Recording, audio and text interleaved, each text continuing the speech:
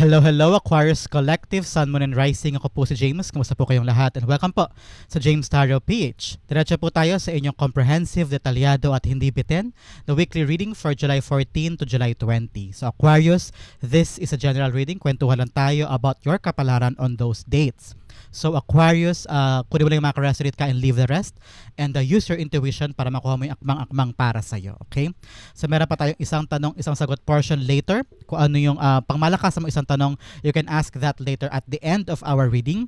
And intuitively, sasagutin natin yan bago matapos ang ating video for today. So Aquarius, thank you again for all of your donations. Saka po sa mga hindi nag-skip ng ads, thank you again for your generosity and kindness sa ating channel. Yan lang po ang tanging paraan para supportahan po tayo every time na meron po tayong free reading for Aquarius every week. So thank you again for not skipping the ads. So Aquarius, ano naghihintay sa inyo ngayon July 14 to July 20? Inhale and exhale. At the center of your reading, you have the Nine of Pentacles. Beautiful. In the area of what you want, you have the Temperance card. In the area of what you need, you have the Three of Pentacles. Beautiful. In the area of what's affecting your current energy, you have the Four of Wands. Beautiful. Napakaganda. In the area of your near future, you have the Strength card. In the area of your challenge for the week, you have the Hanged Man. In the area of your fortune, you have the Ace of Swords. Lovely. In the area of your divine advice, you have the Five of Swords. At ang outcome mo for the week, ano kaya ito Aquarius? Sabay-sabay ito siya bubuksan later at the end of our reading. So bago natin basahin in detail mode ang mga cards mo for the week, alamin muna natin kung ano yung lingering energy in your background. You have the Eight of Cups. Okay, Aquarius, sinasabi ng spirits mo, it's time for you to detach yourself from something na nagpapahirap sa'yo. This week, tinatawag ka ng spirits mo to really move on from something and focus on your independence, financial independence, and your financial growth. Sabi ng spirits mo, parang meron na daw hindi nag-work eh. So you have to leave either a system na hindi gumagana or yung paraan na ginagawa mo sa isang bagay, it's not working anymore. So ngayon parang, especially here in your fortune, merong clarity. So you have to be clear your mind when it comes to your current situation daw. Parang worth it pa ba to stay from something na hindi ka na happy or hindi na siya nag-work, or gonna move on and chase new things para sa kinabukasan mo or para sa better option or a bigger goal for your life, no? Because nakita ko na wag ka daw magkasya for something na it's not working anymore, or feeling mo hindi ka na nag-grow o stuck ka na doon. Parang wag mo daw i-guilty ang sarili mo kung you want growth or you want better things, no? Kung halimbawa malaki ang utang na loob mo dyan sa ginagawa mong yan o sa lugar mo kung nasaan ka ngayon, parang you just have to accept yourself na tapos na siya, tapos na yung purpose niya o silbi niya sa life mo this time, and you need to grow, you need to move on. So, tinatawag ka ng spirits mo to really be brave enough to leave something behind. It's also about your, I'm hearing it's all about your contentment or happiness or satisfaction, because si Eight of Cups, maalis siya kasi hahanapin niyo yung pang Ninth Cup. Pag napuno mo na yung Ninth Cup, that is for your wish fulfillment or for life satisfaction. Yung mga bagay na bubuo sa'yo, kukompleto sa'yo, magpapaligaya sa'yo. At yun ang hinahanap nito. Ikaw to. Yun ang hinahanap mo this time. What makes you happy? What makes you fulfilled? What makes you complete? Yun ang kailangan mo hanapin this time. Huwag ka daw magkasya, napipilitan lang sa isang bagay na alam mong hindi ka na masaya or hindi ka na kompleto dyan at walang growth. Okay? That is your lingering energy in your background. So bago tin basahin ang iyong full spread for the week, bigyan mo na kita ng additional Animal Oracle clarifying card para sa buhay mo para sa linggong ito. Okay? First, you have number 30. Baka edad o birthday mo to. This is a confirmation for you. You have a grasshopper spirit. Take a leap of faith. Yes, ngayon kailangan talagang iwan o kailangan ng umalis, kailangan ng lumarga or sumubok ng mga bagong bagay. I'm hearing the word, why not? Why not itry ko yan? Why not gawin ko yon? Why not this time? Ito naman ang gawin ko. So, really, this is a confirmation for you, for your life for this week. Take a leap of faith. Sumugal ka na, gawin mo na yung mga bagay na dati imposible lang o dati nasa isip mo lang, ito na yung pagkakataon na gawin na yan. Another message of 64, Wasp Spirit, sometimes life stings. Yes, sometimes talaga mahirap, nakapagod, mapanakit o talagang makadurog puso, pero kung kailangan mo talagang umalis, go push, chase something that is better for you, that works for you, yung mga bagay na hanapin mo naman yung kaligayahan mo, because at this time, alam ko, you feel like you feel so down, you feel like na parang sobrang hirap, hindi ka makabangon, hindi ka makagalaw, time na talaga to move on and putulin na yung mga bagay na nagpapahirap sa'yo. Okay? Another message, you have number 60, Swan Spirit, time for a deep dive. Yes, time na talaga para gawin na. Tumulay ka na, lumangoy ka na. Sinasabi ito, deep dive is to really go on to the situation. Harapin mo na siya para finally makamove on ka na dyan at makuha mo na yung right action or right resolution or right outcome. Parang wag mo daw iwasan na, wag mo na ipagpaliban pa, wag mo na i-ignore. Take a deep dive on the situation. If you need to leave. If you need to iwanan na yung mga bagay, iwanan mo na. Mag-move on ka na and chase something that is better for you. Okay? This is really a very empowering, freeing, mapagpalaya for you this week, Aquarius, that you need to face in your life. Okay? Basahin natin yung complete reading for the whole week. At the center, you have the 9 of Pentacles here telling you na this time around, you need to feel free. It's time for you to be happy. Heaven on earth. Embrace something that is for you na parang this time around, huwag ka na magkasya sa mga bagay na pumipigil sa'yo for your greatness. Okay, nakita ko sa inyo, yes, siguro nakapanghinayang, nakakatakot, mapanakit din kasi you're gonna leave something or someone na napamahal na sa'yo o naging, I'm hearing parang matagal ka na doon, 5 years, 10 years, 3 years, ganyan. So ngayon parang nahihirapan ka rin to leave something behind kasi naging komportable ka na doon sa ginalawan mo. Pero you have to admit to yourself that you're not happy anymore or you're not growing anymore. And with the 9 of Pentacles here, this is heaven on earth, luxury of life. Talagang pagyabong, pagkuha ng pera, pagyaman, ganyan, pagkamit ng mga bagay na para sa'yo. So hindi mo daw makukuha yan doon sa mga bagay na meron ka ngayon. Kaya kailangan mo umalis. Hanapin mo yung nagbibigay sa'yo ng satisfaction, nagbibigay sa iyo ng kaligayahan. Because nakita ko with this card is financial independence, financial freedom ang naghihintay para sa iyo. Some of you baka aalisan ng trabaho at magtatayo na lang ng sariling negosyo sa kanilang bahay, sa kanilang probinsya kasi nakita mo doon ka masaya, doon ka maligaya, doon ka free, doon ka malawak ang nagagalawan mo, hindi ka parang dinidiktahan o hindi ka nililimitahan ng kahit sino. Parang doon sa iiwanan mo parang wala kang boses, hindi ka masaya, parang feeling mo you're just following orders, pero ngayon aalis ka na, magtatayo ka ng sarili mong negosyo sa probinsya, halimbawa, you feel like you have the autonomy and the control back in your life. At doon maligaya ka, doon masaya ang buhay at malawak ang ginagalawan mo. For some of you, siguro nagkatrabaho ka abroad, ngayon uuwi ka na because sabi mo, time na for me to be free, to be happy, and enjoy na retirement or enjoy na the life with what you earned. No? Marami sa inyo parang nag-iisip na ngayon kung saan ilalagak yung retirement fee or retirement money or your separation pay o kaya yung mga bagay na naipon mo for a very long time. Ito na yung pagkakataon na i-enjoy na yan o ilagak na for something that's kapakipakinabang for a very long time. I'm seeing here na you're trying to enjoy yung mga bagay na pinagsumikapan mo for the past 10 years at ngayon time na para ilagak na yan for something better. At dito dapat mag-enjoy ka, dito dapat may financial freedom at may financial stability. Time na para gawin naman yan for yourself. This is all about you empowering yourself, giving yourself the freedom na matagal na pinakait sa'yo, or giving yourself na parang time na for me na nagawin na yung mga bagay na gusto ko, ipundar na yung mga bagay na gusto ko, o itayo na yung mga bagay na magbibigay sa'yo ng enormous happiness. I'm seeing here family, parang solo parent or breadwinner na ngayon nag-iisip na ng mga bagay na para sa kaligayahan mo. You're leaving something behind na hindi ka na fulfilled, hindi ka na masaya at ngayon itatayo mo na o gagawin mo na yung mga bagay na magiging maligaya ka. Okay? The 9 of Pentacles being clarified by the Sun card. Yes, all about happiness, all about what makes you happy. It's all about yourself. Nakita ko rito na magiging malinaw na sa iyo ang tatakpan ko lang ha. Magiging malinaw na sa iyo yung landas moving forward, being enlightened with what you need to do.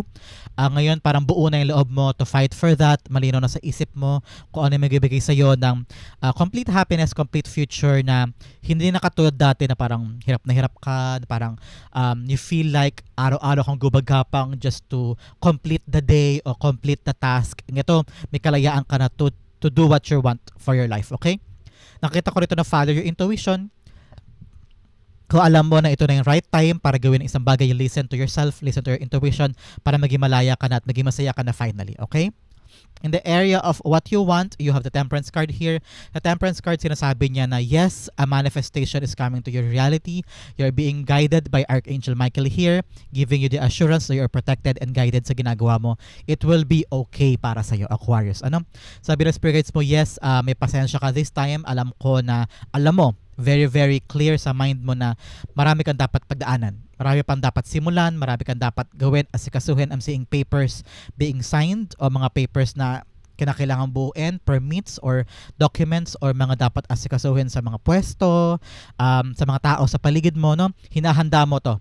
Pinaprepare mo. Kaya kailangan mahaba-mahaba ang pasensya mo this time, Aquarius. People are gonna question you. Kung bakit mo iwanan yan, bakit mo i-let go yan, bakit mo bibitawan yan. I'm hearing you don't need to explain yourself. Kung ano yung nararamdaman mo dapat mo gawin, gawin mo. You don't need to clear up the mess with other people or clear the air with other people. What makes you feel peaceful, what makes you feel na parang ito yung dapat kong gawin, gawin mo. Basta importante, alam mo na kailangan mo magpasensya because you're now entering a new era of your life kung saan magsisimula ka ulit, kung saan gagawin mo na finally yung mga bagay na papaligaya sa'yo. So leaving something behind requires you to have some adjustments. Adjustment period, maraming pasensya, maraming paggugol sa mga pagbabago. So don't resist the change. Just embrace what's yours, embrace kung ano nangyayari, and magkaroon ka ng mahabang proseso sa mga binubuo mo this time. Very, very fitting for you.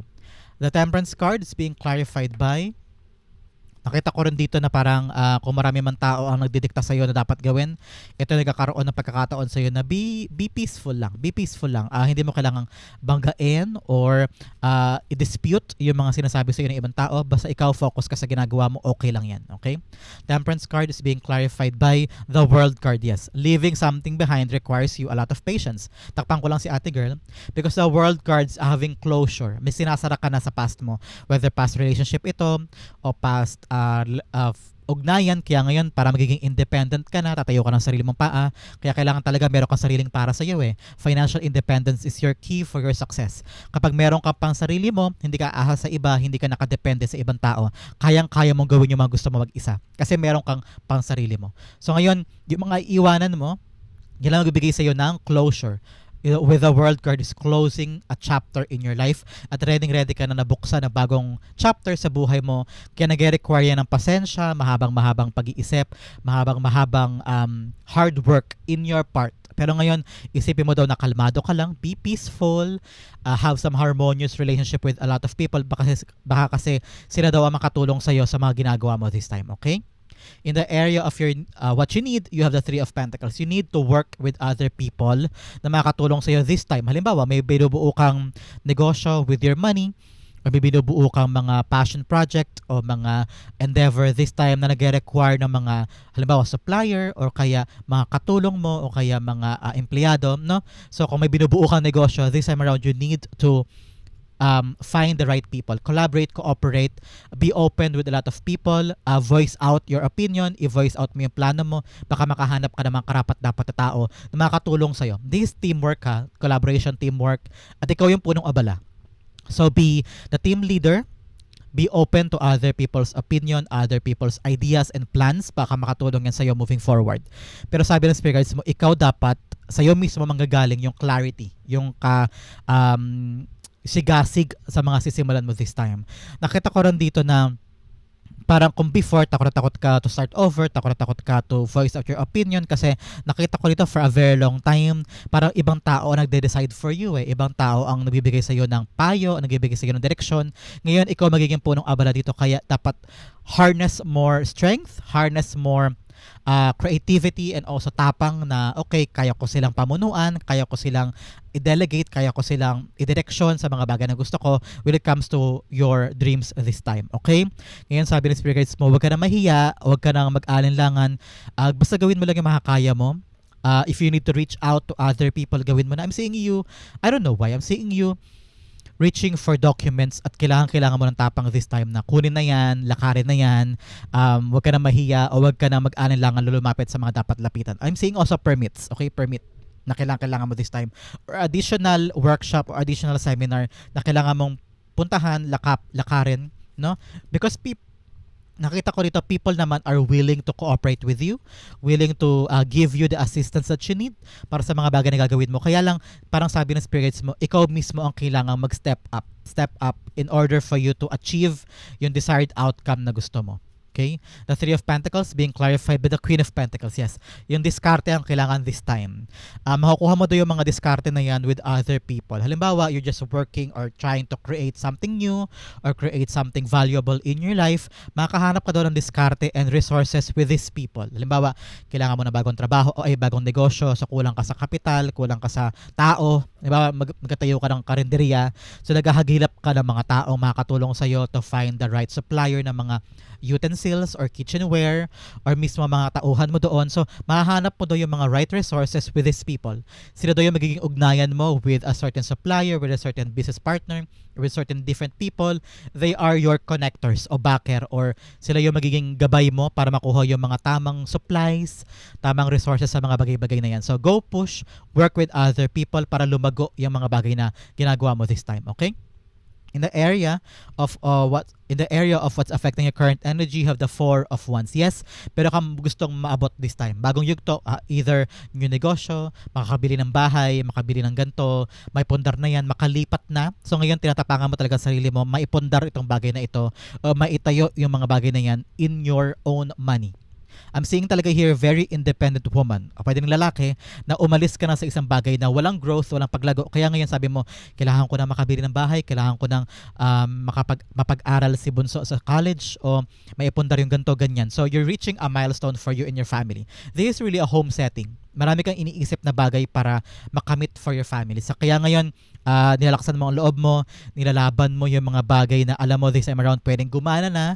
Kaya very, very independent ka this time. Working on your own, providing for your own. Nag-iisip ka na maraming bagay para lumago ang kapirahan, mag-multiply ang resources mo this time, at nangangailangan niya ng patience for you. So reach this milestone, okay? Huwag kayo hinto, abutin mo to because this will change your life, okay?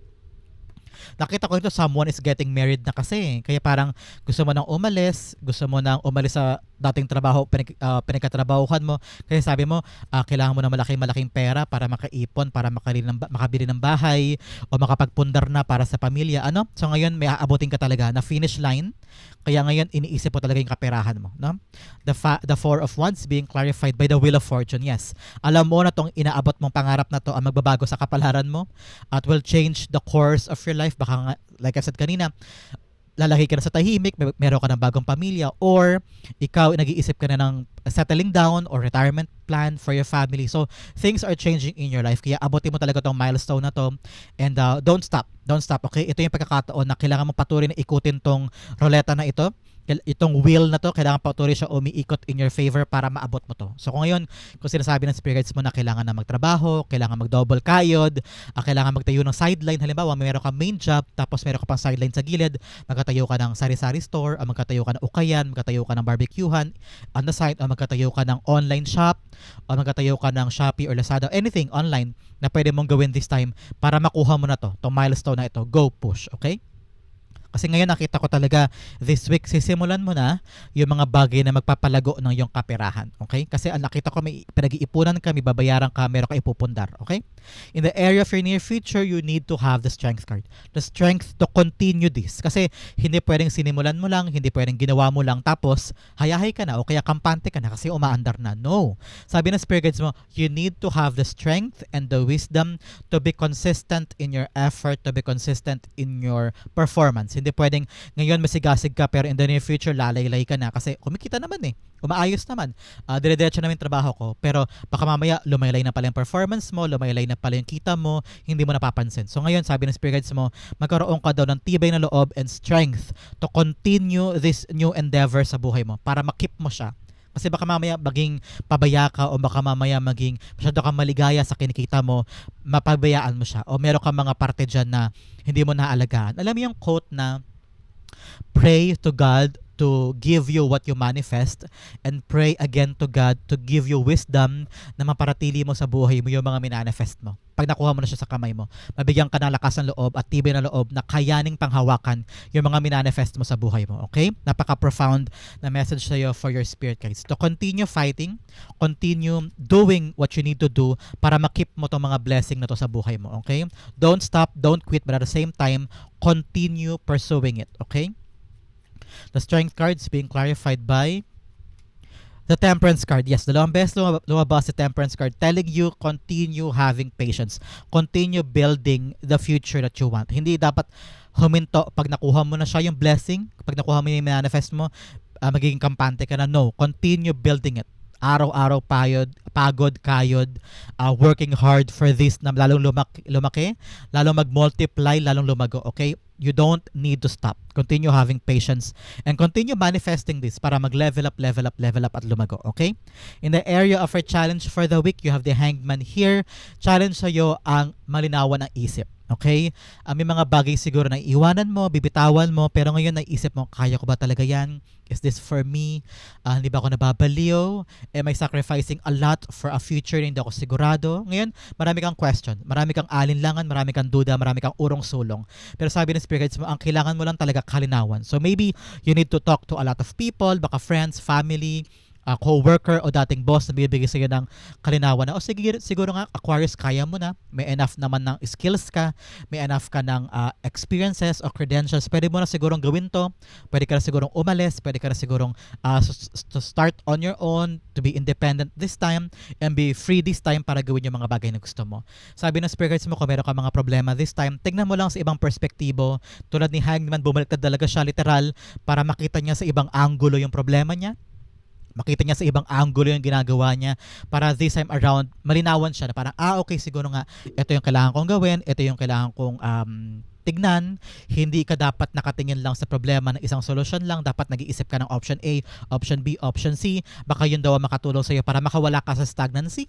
Siguro sa ngayon feeling mo stuck ka, feeling mo hindi gumagalaw, feeling mo delayed ang mga bagay-bagay, pero kapag nakita mo daw sa ibang perspektibo, baka maisip mo, siguro kaya ma-delay kasi hinahanda pa ako ni God, siguro kaya may stuck moment kasi gusto ni God na tignan ko munang mabuti yung bawat aspeto, baka meron akong nakaligtaang tignan, no? Ngayon, kailangan talaga lawakan mo daw ang isip mo and see the endeavor on a different perspective. Baka doon mo daw makita yung sagot sa ginagawa mo, okay? The Hangman is being clarified by, nakita ko rin talaga dito din Aquarius na maging malawak daw ang isip mo.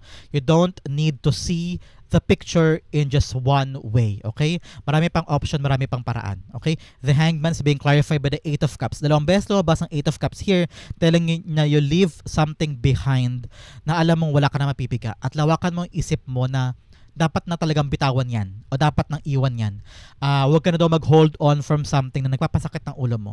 Ngayon, parang sabi ni Spirit Guides, so para mawala ang delay sa'yo, kailangan mong i-convince ang sarili mo na kailangan ng bitawan. I-clarify pa natin. I'm feeling the urge and the need to clarify the area of your challenge for the week. Okay? Sabi ng Spirit Guides mo, you have the King of Swords. Yes, maging matalino ka, magkaroon ka ng paninindigan na kailangan mo nang iwanan yung isang bagay na hindi na gumagana o hindi na talaga favor for you. Alam ko na na-resonate mo to, either love life o lugar o sitwasyon o ugnayan o pangarap na sabi mo, sobrang stuck na ako dito, hindi ko na kaya, gapang ka ng gapang, or you're very, very lonely on that journey. And ngayon, parang magkakaroon ka daw dapat ng kalinawan na, okay, siguro nga time na for me to move on para makadiretso na o magkaroon na ng paggalaw yung buhay ko, leave something behind that's not working, at maroon ka ng paninindigan to do so. Okay? Narinig ko, kailangan mo na talagang harapin ang katotohanan that thing or that person or that endeavor is something na hindi magbibigay sa iyo ng magandang kinabukasan or magandang dulot.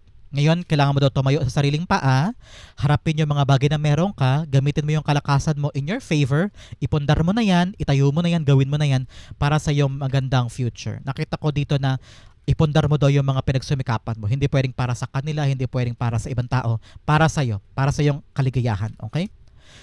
You have The answers you need are coming. Yes, ngayon yung kalinawan darating din daw sa'yo kung bakit kailangan mo umalis, kung bakit kailangan mo iwan. The answers that you need, yung enlightenment will come to you this time. Congratulations. Another message, you have mediate and contemplate. Ngayon daw, kailangan mong pag-usapan, kailangan pagmitingan, kailangan mong timbangin, kailangan mong makipag-negotiate, o kaya kailangan mong makipag-usap na talaga para maging clear sa'yo, kailangan ko na bang umalis o kailangan ko pang magstay. Makipag-usap ka, meron pa ba ako mapapala dito, meron pa ba ako mahihita, kung wala, kailangan mo nang umalis, kailangan mo nang aksyonan. Another message, look at the bigger picture. Yes, like I've said here, with the hangman, kailangan tingnan mo sa ibang perspektibo, baka sakali yun ang makasagot sa tanong mo. Baka kasi nabubulagan ka lang this time, o baka kasi nahaharangan lang yung isip mo kasi masyado ka nang napapagod, masyado ka nang confused, o masyado ka nalilito sa mga pwede mong puntahan. Pero kung titignan mo sa ibang perspektibo yung problema mo, doon maaaring lumabas ang sagot. Okay? In the area of your fortune, eto, yung clarity darating na. Because Ace of Swords, it's a clarity of the mind. Magiging malino na daw sa isip mo this week yung mga gagawin mo, kaya handa ka na umalis. O kaya kung ikaw nakaalis ka na talaga, nangyari na sa'yo ngayon, may iniwanan ka ng trabaho, may iniwanan ka ng relasyon, may iniwanan ka ng endeavor, eto, magkakaroon ka na daw ng kalinawan this week in the area of your fortune na, okay, now I know na ako saan ako pupunta, kung anong gagawin ko, saan ako didiretso, kung ano yung pwede sa akin. Ngayon, sabi ng spirit guides mo, magkaroon ka daw ng clear communication with someone. Meron daw darating sa life mo this week na may bibigay sa'yo ng clarity. Parang yung usapan nyo, yung pagkukwentuhan ninyo, o yung itong taong mamimit mo, magbibigay sa'yo na parang, okay, siguro nga, time na for me to do this, time na for me to embrace this, and leave those behind, kasi meron ng clear path moving for you. So nakita ko rito success, because Ace of Swords is a card of victory too. So mapagkatagumpayan mo tong iiwanan mo, magkakaroon ka ng victorious new start. So congratulations. Okay? The Ace of Swords being clarified by the Four of Cups. Yes, ngayon, sobrang daming mo nang pinagtiyagaan, sobrang daming mo nang ginawa, napagod ka, nag-fail ka na din, and parang ikaw nawalan ka na ng pagkakataon. Pero may darating daw talaga na communication o ugnayan na magiging maligaya ka ulit. Whether this is a new boss, a new opportunity, a friend from someone offering you a new idea, na parang, uy friend, kamusta ka na, Aquarius? Tapos bigla-bigla lalakas ang loob mo, tatanggapin mo na itong bagong offer, and this offer will lead you to the clarity of your mind na parang, okay, this time around, I'm gonna do this, ito na yung pupuntahan ko, ito na yung gagawin ko, kasi malinaw na sa'yo kung ano yung gusto mo, at malinaw na sa'yo na tatanggapin mo na itong bagong idea, or bagong offer, o bagong way of living, na this time around, victorious na ang mangyayari para sa'yo. So congratulations. In the area of your divine advice, you have the Five of Swords. Ngayon, sabi ng spirit guides mo, talangin mo daw ang sarili mo, worth it pa ba yung ginagawa mo? Worth it pa ba yung inaasikasa mo? Hirap na hirap ka na, marami ka na siguro nakaaway dyan, o marami ka na siguro dispute and conflict with other people. Ngayon, worth it pa ba yung sinisikap mong gawin? Baka time na for you to move on, time na for you to leave something behind and chase something na para sa'yo. Parang sabi ng spirits mo, magkakasya ka pa ba dyan sa mga bagay na alam mong wala nang dulot sa'yo? Ipipilit mo pa ba yung isang bagay na hirap ka na nga, hindi ka makaalagwa, puro delay? Baka time na talaga para sa'yo na iwan na yan. Parang hindi worth it yung pag-isikap mo dyan. Okay? The Five of Swords is being clarified by the Nine of Pentacles. Yes, dalawang beses lumabas ang Nine of Pentacles. 9-9 is telling you to release something. 9-9 is being able to release something. Bitawan mo na yung mga bagay na pupipigil sa'yo. Control, bitawan mo na yung control, bitawan mo na yung pagpupuwersa sa mga bagay-bagay. Release something that's being burden para sa'yo, okay? Sabi ng spirit guides mo, pag tinanong mo daw ang sarili mo na, worth it pa ba to? Hinaharangan ba niya yung kaligayahan ko? Hinaharangan ba niya yung fulfillment sa puso ko na ma-enjoy ko yung mga bagay na meron sa buhay ko? O dapat ko pa ba siyang ilaban? Kung alam mo na ito yung pupigil sa'yo to achieve greatness, to achieve luxury, to achieve money in your life, bitawan mo na yan at achieve mo na yung independence mo, financial freedom mo, lumaya ka na dyan, bitawan mo na yan para maharap mo na yung mga bagay na gusto mo. Halimbawa, worth it pa ba yung relasyon na yan? Yan ba ang pumipigil sa'yo para maabot mo yung mga pangarap mo, maabot mo yung financial needs mo? Ngayon, maging independent ka na, tumayo ka na sa sarili mong paa, and chase what makes you so happy. Okay? Ang outcome mo, pag-usapan natin, alam mo, napaka-mapagpalaya nito. Parang tatayo ka na sa sarili mong paa, kukunin mo yung para sa'yo at iwanan mo na yung mga bagay na hindi na worth it. Okay? Another message from the divine.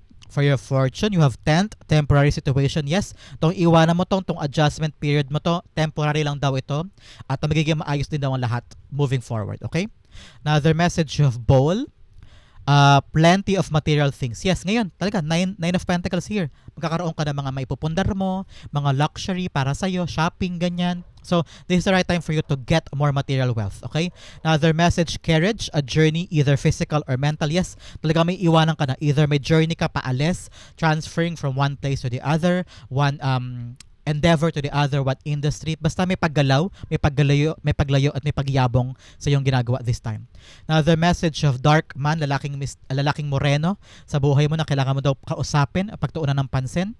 Maybe siya yung rason ka bakit ka aalis o siya yung dapat mo kausapin sa iyong paglisan para makapunta ka na sa isang bagay na maayos, okay? Another message of bird flying, news is on the way. Congratulations. Yes, may magandang balita ka daw na makakamit this time. Congratulations. Another message, you have pineapple, reconciliation. Yes, yung pagbabati daw, yung pag-aayos, kaya siguro ready ka na to move forward with your life kasi makapag-move on ka na with someone or something, okay? Another message of dog barking, advice from a friend, pakinggan mo daw ang payo sa'yo na yung kaibigan this week, okay? Another message of star, guaranteed success. Yes, itong iwanan mo, ngayon magsisimula ka ulit, ito ang garantiya sa'yo, may guaranteed success sa'yo for this time. Congratulations. Another message, you have moon, changes in your life. Yes, talaga may pagbabago sa buhay mo this time. Yakapin mo daw yan and embrace the brand new beginning. Another message, you have December. Importante po ba sa inyo ang buwan ng December? Baka merong anniversary or birthday of loved ones. Kung wala man, sabi ng spirit guides mo, the milestone, o meron ka makukuhang magandang balita by December. Congratulations. Ang outcome mo for the week, pag-usapan natin Aquarius, but first, ihanda mo na iyong isang tanong for today, okay? Ang outcome mo for July 14 to July 20 is, you have the King of Pentacles. Wow. Ngayon, naging independent ka na, meron ka lang tinatayo for your future, para sa iyong kapirahan, para sa iyong ipon, o para sa iyong retirement, nakita ko yan. Or meron kang ipupundar para sa iyong kaching-kaching, nakita ko dito sa iyong outcome, yung iiwanan mo daw ay para sa iyong financial pursuit. Either nga meron ka na itatayong sarili mong negosyo, uuwi ka na ng Pilipinas kasi balak mo manegosyo na lang. Kung ano man po ang papasukin mo when it comes to your money, sabi ng spirit guides mo, this time around, maging practical ka in your approach. Do something that is doable, attainable, workable, yung kaya mong gawin ngayon. O wag ka daw masyadong humakbang ng 10 steps kasi baka malula ka o baka ma-overwhelm ka sa step mo. Baka isipin mo, ay hindi ko yata kaya. Masyado palang mahirap, masyado palang malaki. Kaya ka pangihirapan because nag 10 steps ka forward. So sabi ng spirit guides mo, paunti-unti lang. Kung ano lang kaya mo this time, yun ang gawin mo. Halimbawa, balak mo magtayo ng tindahan sa bahay mo, pero ang halaga lang ng pera mong kaya ipundar this time is 4K lang. So, mag-start ka lang na maliit. Huwag mo agad hangarin na malaki ang pupundar mo. Hindi mo kaya yun. Baka mangutang ka pa sa Bombay. No, wag mo gawin yun. Make sure this time, do it workable, doable, attainable, reachable. Yung kaya mo lang. Huwag ka humakbang ng 10 hakbang agad-agad. Do something in a practical way. Okay? Para ma-achieve mo agad yung success na require for you. Kung ano lang yung kaya. Okay, Aquarius? Pero nevertheless, nakita ko rito, success is within you. Kung ano yung sisimulan mong negosyo, trabaho, passion project, or anything na sisimulan mo this time, nakita ko na mag-e-enjoy ka dyan at magiging gamay na gamay mo yung proseso. Things are working out in your favor and talagang kakamal ka dyan ng pera. Congratulations. Ito na yung path for you to gain more money. Financial gains is within reach, okay? King of Pentacles being clarified by the Death card. Wow! This will change your life for the better. Itong pagkakakitaan mo this time, itong lalakarin mo na alam mong magbibigay sa iyo ng lifelong money, it will change your life for the better. Kaya, kung meron kang pinag-iisipan ngayon na iwanan na, bitawan na, talikuran na, go push. Kasi naghihintay sa iyo malaking kapirahan in the near future na babago sa buhay mo. Congratulations. So that is your July 14 to 20 reading. Dumako na tayo. Manlibre ka naman, Aquarius, kasi talagang pampera itong reading mo today. Pampera, pang kinabukasan, panglago sa buhay. Congratulations. So Aquarius, close your eyes. Think of that one question and concentrate on that. Spirit guides, bigyan kay Aquarius ang sagot sa kanyang tanong. You have 1 and you have 2. Bigyan kita ng angel whisper card na makapalinaw sa'yo sa question mo this time because your angel guide nasa tabi mo this time giving you the answers and guaranteed solution sa iyong tanong. You have 1, you have 2. Okay, Aquarius, open up your eyes, inhale, And exhale, the answer to your question is the Seven of Pentacles upright. You have the Six of Pentacles in reversed. You have the Trust. And you have Remain Positive. Okay, Aquarius, with the Six of Pentacles in reverse, sabi ng spirit guides mo, hindi pa daw mabigay-bigay sa'yo yung karampatang para sa'yo na gusto mo makuha mula sa question mo. Parang hindi pa daw maibigay this time eh. Parang kailangan pa daw makipag-negotiate, lakarin pa, asikasuhin pa, para yung gusto mong makuha dyan ay makuha mo na with regards to your question. Kasi parang sabi ng spirit guides mo, with the reversed Six of Pentacles, hindi pa daw pantay o hindi pa daw equal yung pag-uusap o equal yung makukuha mo dyan. Parang kailangan mo pa daw buhisiin to make sure na yung talagang pinapasok mo ay makuha mo yung desire mong outcome. Okay? Kasi parang hindi pa daw balance, may kailangan ka pang asikasuhin. With the Seven of Pentacles, magtiyaga ka pa. Huwag ka daw mag-quit. Have more patience sa mga bagay na hinihintay mo when it comes to your question. Kailangan ka daw ng tiyaga, pasensya, and also pagtrabahuhan pa. Kasi hindi pa daw equal, hindi pa daw sapat. So kailangan yung papasukin mo with regards to your question ay sigurado kang makukuha mo yung outcome na gusto mo. Kasi parang hindi pa siya swak this time. Okay? Sabi ng angel mo, magtiwala ka lang daw that things are working out, na yung binubuo mo ay makukuha mo rin yung desired outcome. Magkaroon ka pa doon ng maraming pasensya, and also remain positive. Remain positive that what you're asking for. Kasi si Six of Pentacles parang give and take ito eh. Equal give and take. Pero sa ngayon, hindi pa siya equal. Ibig sabihin, yung gusto mo regarding to your question ay hindi pa binibigay the way you want it to be. So ngayon, kailangan pa lakarin, kailangan pang i-compromise, maging positive ka pa rin, think positive na makukuha mo pa rin yung gusto mo regarding to your question. Kaya ngayon, tiyaga, pasensya, lakarin pa, huwag susuko, itanong mo, lakarin mo para makuha mo yung gusto mo. Okay? Magtiwala ka pa rin daw with a trust card here and continue remaining positive with regards to your question. Okay, Aquarius, that is the answer to your question.